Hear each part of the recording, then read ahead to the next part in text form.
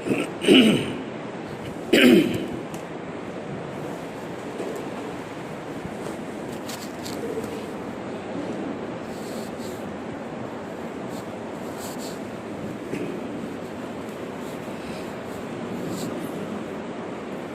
لله كفى وسلام على عباده الذين اصطفى أما بعد أعوذ بالله من الشيطان الرجيم بسم الله الرحمن الرحيم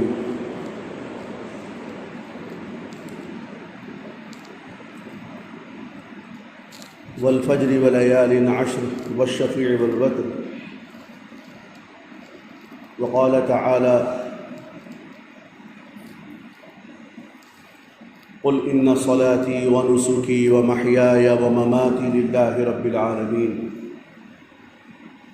وقال تعالى لن ينال الله لحومها ولا دماؤها ولكن يناله التقوى منكم سبحان ربك رب العزة عما يصفون وسلام على المرسلين والحمد لله رب العالمين اللهم صل على سيدنا محمد وعلى آل سيدنا محمد وبارك وسلم اللهم صل على سيدنا محمد وعلى آل سيدنا محمد وبارك وسلم اللهم صل على سيدنا محمد وعلى آل سيدنا محمد وبارك وسلم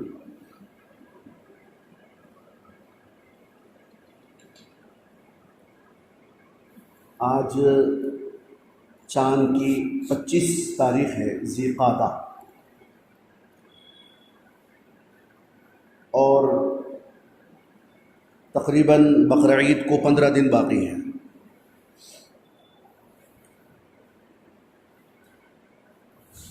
منگل یا چہار شنبے کو جو ہے چاند کی نظر آنے کی توقع ہے۔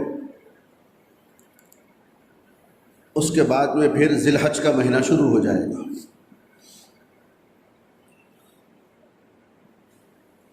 اسی مناسبت سے چونکہ آئندہ جمعے کو ذی الحج کا مہینہ شروع ہو جاتا ہے، ذی الحج کے مہینے کے تعلق سے اور کچھ قربانی کے تعلق سے باتیں عرض کر دی جائیں گی۔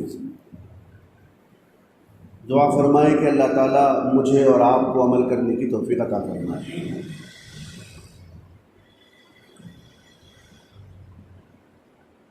ذی الحج کی یکم سے لے کر 10 ذی الحج تک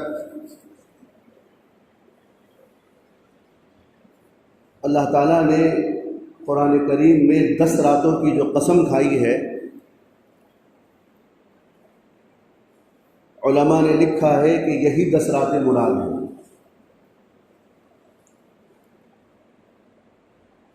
یکم ذی الحج سے لے کر عرفے تک کی جو 10 راتیں ہوتی ہیں، بعض علماء نے لکھا ہے کہ یہ شب قدر کی راتوں کے برابر بھی ہے۔ اہتمام اس بات کا کیا جائے کہ جیسے ہی چاند نظر آ جائے، اپنے معمولات میں جو ہماری 5 وقتہ نماز کے معمولات ہیں، ذکر و اذکار کے معمولات ہیں، ان میں ہم اضافہ کر لیں۔ فرض نماز کو ہے، سنتیں بھی ہیں، نفل نمازوں کا اہتمام کریں، نماز تہجد کا اہتمام کریں، اور ذکر و اذکار کا اہتمام بھی فرما لیں۔ اللہ تعالیٰ کو یہ بات بہت پسند ہوتی ہے کہ جو بندہ اللہ کا ذکر فرماتا ہے، اللہ کا ذکر کرتا ہے، اللہ تعالیٰ اس کو اپنا قرب عطا فرماتے ہیں۔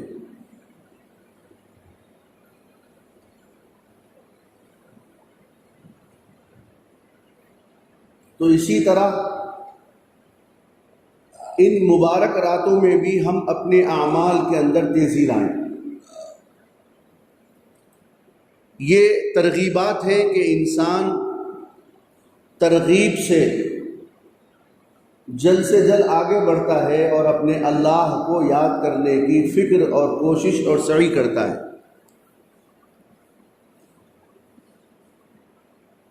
حضور اکرم صلی اللہ تعالی علیہ وآلہ وسلم کا معمول ان دنوں میں روزہ رکھنے کا بھی ہوا کرتا تھا۔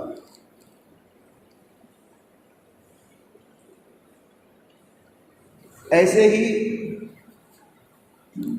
یکم تاریخ سے لے کر 8 تاریخ تک آ گئے۔ اب جو چاند کی 9 تاریخ ہوگی وہ ایک بڑا مبارک دن ہوگا جس کو ہم لوگ یوم عرفہ کہتے ہیں۔ عرفے کا روزہ بھی ہوتا ہے، عید سے ایک دن پہلے 9 تاریخ کا روزہ یہ مسنون ہے اور بڑی فضیلت وارد ہوئی ہے عرفے کے روزے رکھنے کے سلسلے میں۔ عرفے کا روزہ رکھنے کا بھی اہتمام ہو، اور پھر ایام تشریق، یعنی ایام تشریق اس کو کہتے ہیں جس میں ذی الحج کی 9 تاریخ سے لے کر ذی الحج کی 13 تاریخ کی عصر تک ہر نماز کے بعد مرد بلند آواز سے، عورتیں آہستہ آواز سے، چاہے مرد حضرات جماعت کے ساتھ پڑھیں یا منفرد پڑھیں، ان کو تکبیر کہنا واجب ہے۔ اور تکبیرات اللہ اکبر لا الہ الا اللہ واللہ اکبر وللہ الحمد۔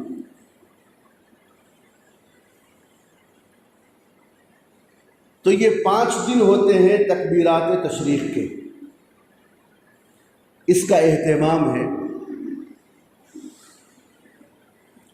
اور پھر ان دنوں میں حج بھی ہوتا ہے، اللہ کی بڑائی بیان کرنا، پھر خانہ کعبہ کا طواف ہے، پھر عرفات کا وقوف ہے، مختلف مناسک حج کی ادائیگی بھی ہوتی ہے ان دنوں میں۔ تو یہ بڑے مبارک ایام ہوتے ہیں، اور ان کے ساتھ اللہ پاک نے جو ایک خاص عمل رکھا ہے،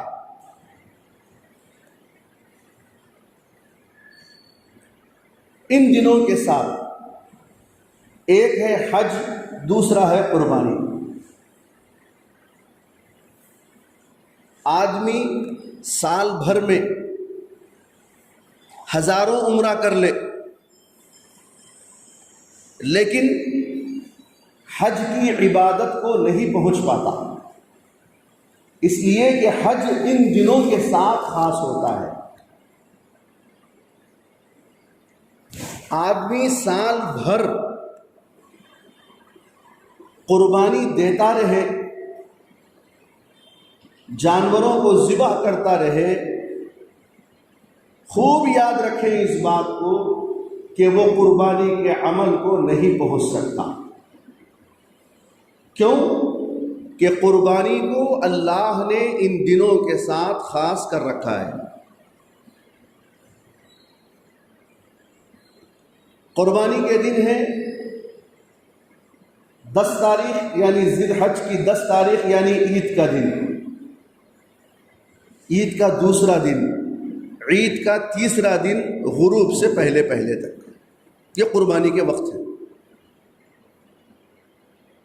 اللہ تعالیٰ کو ان ایام میں فرض چیزوں سے ہٹ کر کوئی عمل اتنا پسند نہیں جتنا عمل اللہ کو قربانی کا پسند ہے۔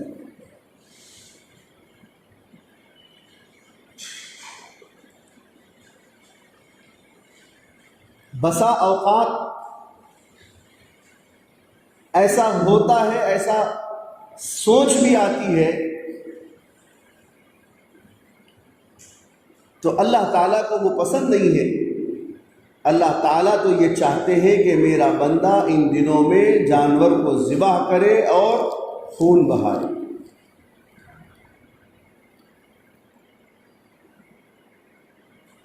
اور اللہ تعالیٰ آدمی کے قربانی کے عمل کو اتنا پسند کرتا ہے کہ نبی پاک صلی اللہ علیہ وآلہ وسلم نے ارشاد فرمایا کہ جو آدمی اپنے جانور کو ذبح کرتا ہے اس کے خون کا قطرہ زمین پر گرنے سے پہلے اللہ تعالیٰ اس کو شرف قبولیت عطا فرماتے ہیں۔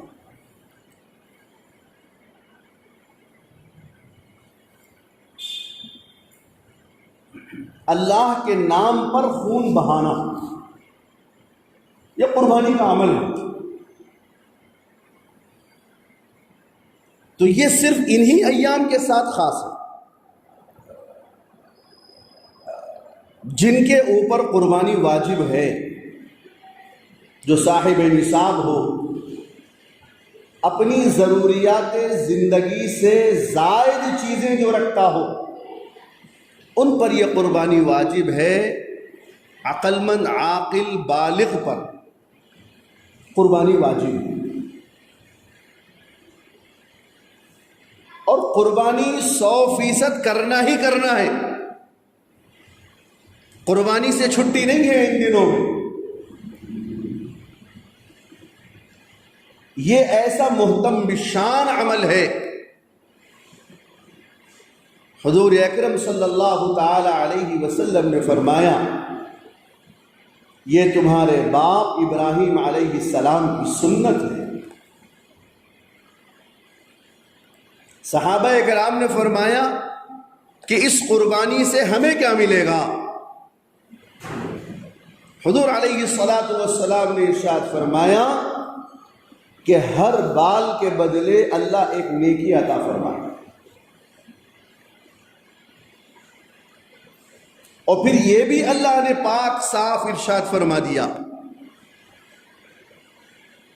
کہ اللہ کو تمہارے ذبح کیے ہوئے جانور کے نہ خون کی ضرورت ہے نہ اس کے گوشت کی ضرورت ہے، وَلَكِنْ يَنَالُهُ التَّقْوَى۔ اللہ کے پاس جو چیز پہنچتی ہے وہ آپ کا تقوی پہنچتا ہے، آپ کی حسن نیت پہنچتی ہے۔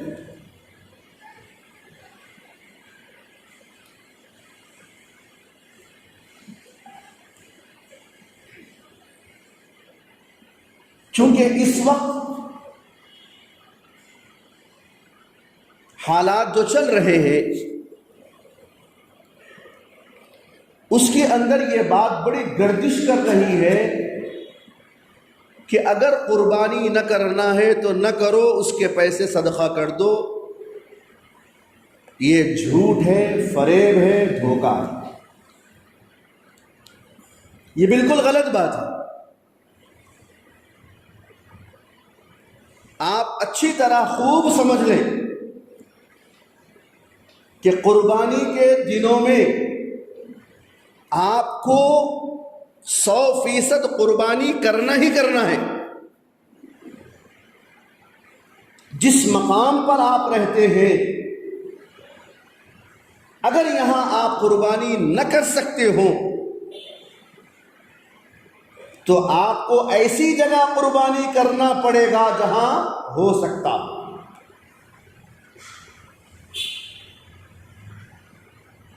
یہ دیکھیں بھائی، ابھی اس زمانے میں کورونا قہر کی وبا چل رہی ہے، مہاماری چل رہی ہے، پتہ نہیں اب ایسے میں کون گوشت لے گا، کون گوشت کھائے گا، کہاں جانور ذبح کیا جائے۔ اس سے اچھا ہے کہ بھائی غریبوں کی مدد ہو جائے گی، کچھ پیسہ صدقہ کر دے۔ نیت تو اچھی ہے، غریبوں کی، مستحقین کی فکر کرنی چاہیے، لیکن موقع یہ نہیں ہے۔ اگر ان دنوں میں کوئی آدمی قربانی والے عمل کو چھوڑ کر کروڑوں روپیہ صدقہ اور خیرات کرتا ہے تو اس کا جو اجر ملے گا، لیکن قربانی کی ادائیگی اس کے ذمے باقی رہے گی، وہ گنہگار ہوگا قربانی اگر نہ کرے گا۔ قربانی اپنی جگہ ہے، صدقہ اور خیرات کی اپنی جگہ ہے، ہاں باوجود کوشش کے۔ بس کوشش کے معنی یہ نہیں کہ اب جو ہے وہی اب کون کرے گا، کہاں جائیں گے، میں کوشش کر لیا، یہ کوشش نہیں ہے۔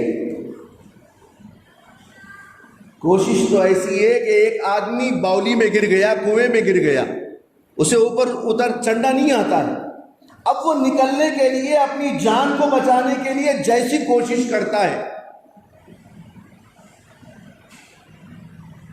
کوشش سے مراد وہ کوشش ہو سکتی ہے، اس زمانے میں ہماری کوششیں کچھ بھی نہیں ہے۔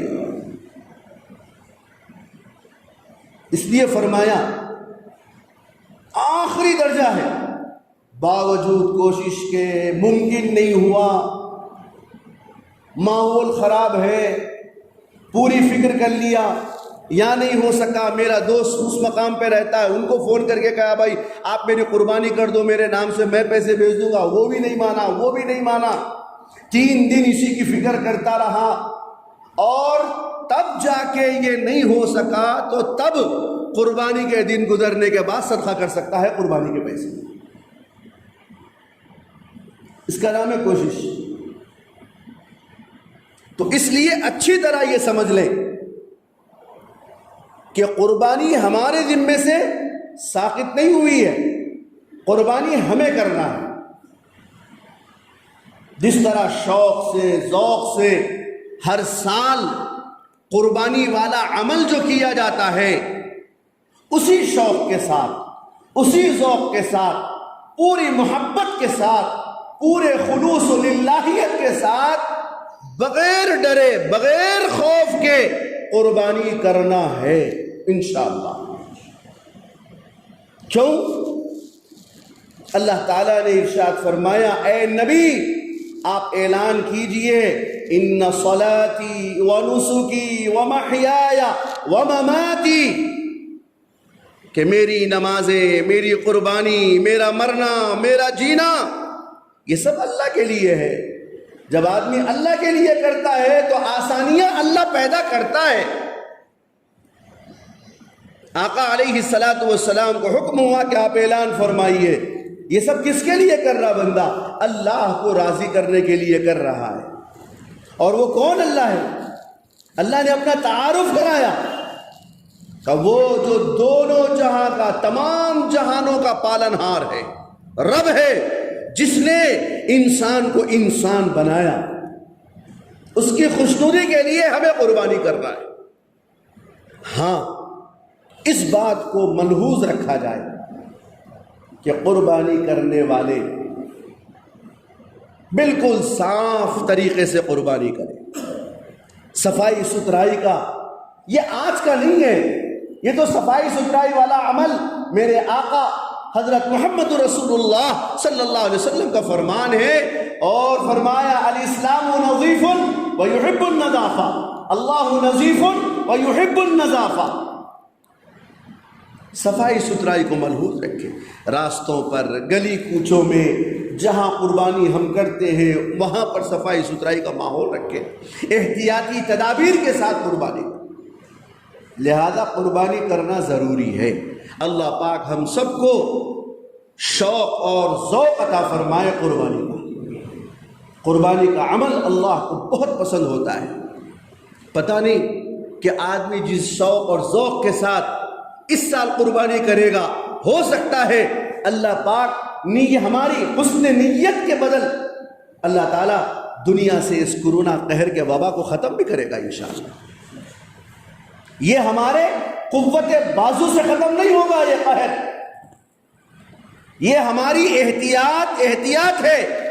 کوئی آدمی اگر یہ سوچے کہ ہماری ان احتیاط سے یہ وائرس ختم ہو جائے گا، نہیں، خدا کی قسم اللہ کی قدرت سے ختم ہوگا یہ۔ تو ہمارا عمل کیا ہونا چاہیے؟ جب ہمارا یقین، ہمارا ایمان، ہمارا عقیدہ یہ ہو کہ اللہ سے جب ختم ہو سکتا ہے تو اللہ کو راضی کرنے کی، اپنے گناہوں کو اللہ کے سامنے حاضر کر کے معافی مانگنے اور استغفار کرنے اور اپنے اللہ کو منانے کا کوئی دقیقہ، کوئی لمحہ ہم اپنے ہاتھ سے جانے نہ دیں، اللہ کو راضی کرنے کی فکر کریں، جس میں سبق ہے کہ حضرت ابراہیم علیہ السلام باوجود اللہ کے پیغمبر ہونے کے، مقرب بندے ہونے کے، خلیل اللہ ہونے کے، اللہ نے اتنے بڑے آزمائش میں ڈالا ان کو کہ وہ اپنے بیٹے کے گلے پہ چھری چلانا چاہتے تھے، لیکن اللہ نے فضل فرمایا اور اللہ نے ان کی اس عمل کو قبول فرمایا اور اللہ نے یہ قربانی والے عمل کو اس دنیا میں مشروع فرمایا، اور آقائے دو جہاں محمد الرسول اللہ صلی اللہ علیہ وسلم کی مہر اس عمل پر لگ گئی، اور میرے آقا نے فرمایا قربانی کرنے کے باوجود، قربانی کی طاقت رکھنے کے باوجود اگر کوئی آدمی کسی وجہ سے قربانی نہ کرتا ہے فلا یحضر مصلانا، وہ ہمارے عیدگاہ کو بھی نہ آئے۔ آقا کی یہ وعید ہے، اس لیے قربانی ہمارے ذمے سے ثابت نہیں۔ اگر کہیں سے کوئی بات سننے میں آئی ہے تو وہ توڑ موڑ کر پیش کی گئی ہوگی، غلط بات ہے۔ تمام علماء کا اتفاق ہے کہ قربانی کے دنوں میں قربانی کرنا واجب ہے، ضروری ہے، کسی بھی وجہ سے یہ قربانی کا عمل ہمارے ذمے سے ثابت نہیں ہوا۔ اللہ مجھے اور آپ کو عمل کی توفیق عطا فرمائے، وآخر دعوانا ان الحمدللہ رب العالمین۔ ویڈیو کے نیچے سبسکرائب کے بٹن پر کلک کریں، بیل کے آئیکن پر کلک کیجئے تاکہ ہر نئی ویڈیو کی نوٹیفیکیشن آپ کو مل جائے۔